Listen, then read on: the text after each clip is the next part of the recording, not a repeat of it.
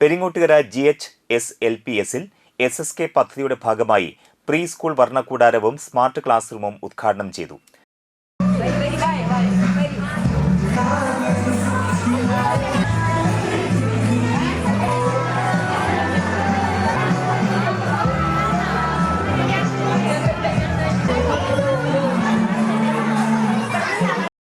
Anthikad block panchayat president Jyothilakshmi ഉദ്ഘാടനം ചെയ്തു. ഇന്നത്തെ ഈ സ്റ്റേജിൽ നിൽക്കുമ്പോൾ വളരെ സന്തോഷം തോന്നാണ്. നമ്മുടെ കുട്ടികൾക്ക് അവരിലേക്ക് എത്തിയിരിക്കുന്നത് SSKയുടെ ഫണ്ട് ഉപയോഗിച്ചിട്ട് ഒരു വലിയൊരു പദ്ധതി, അതായത് കുട്ടികൾക്ക് കളിച്ച് ചിരിച്ച് ഉല്ലസിക്കാനും അവർ ഇന്നവരെ കണ്ടിട്ടില്ലാത്ത രൂപത്തിൽ ഒരു ക്ലാസ് മുറി, ഒരു സൗകര്യം, അവർക്ക് കളിസ്ഥലം ഒരുക്കി കൊടുത്തിരിക്കുകയാണ്. വേൾഡ് ബാങ്കിൽ നിന്നും SSK പദ്ധതി ജില്ലാ സ്റ്റേറ്റ് ഫണ്ടും ഉപയോഗിച്ചിട്ട് ഇങ്ങനൊരു പദ്ധതി ഇന്നിവിടെ പൂർണ്ണതയിലെത്തിയിരിക്കുകയാണ്.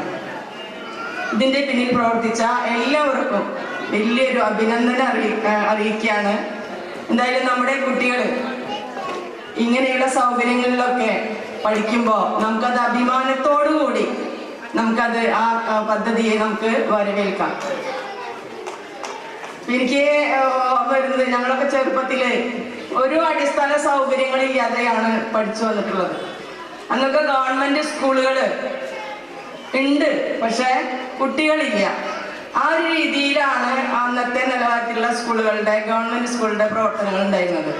അന്ന് ഗവൺമെന്റ് സ്കൂളുകൾ പോലുള്ള പ്രൈവറ്റ് സ്കൂളുകളിലാണ് കുട്ടികൾ, എല്ലാ അച്ഛനമ്മമാരും അവിടേക്കാണ് കുട്ടികളെ ചേർത്താൻ വേണ്ടി മുന്നേ തന്നെ 1 മാസം 2 മാസം മുന്നേ തന്നെ അവിടെ വൈകിയായിട്ട് ഗവൺമെന്റ് സ്കൂളിൽ പഠിക്കലുണ്ടാവും. ചേർത്താൻ വേണ്ടിയിട്ട് അവരോട് ആവശ്യപ്പെടുന്നു. പക്ഷേ ഗവൺമെന്റ് സ്കൂളിൽ നേരെ തിരിച്ച, അവിടെ കുട്ടികളില്ലാതെ ടീച്ചർമാർ കുട്ടികളെ തപ്പി നടക്കാം. ആ ഒരു സ്ഥിതിവിശേഷത്തിൽ നിന്നും മാറി. താന്നി ഗ്രാമപഞ്ചായത്ത് പ്രസിഡന്റ് NA പീതാംബരൻ അധ്യക്ഷനായി. Thrissur SSK DPO Ramesh NK പദ്ധതി വിശദീകരണം നടത്തി. താന്നി ഡിവിഷൻ ജില്ലാ പഞ്ചായത്ത് അംഗം KP സന്ദീപ് മുഖ്യാതിഥിയായി സംബന്ധിച്ചു.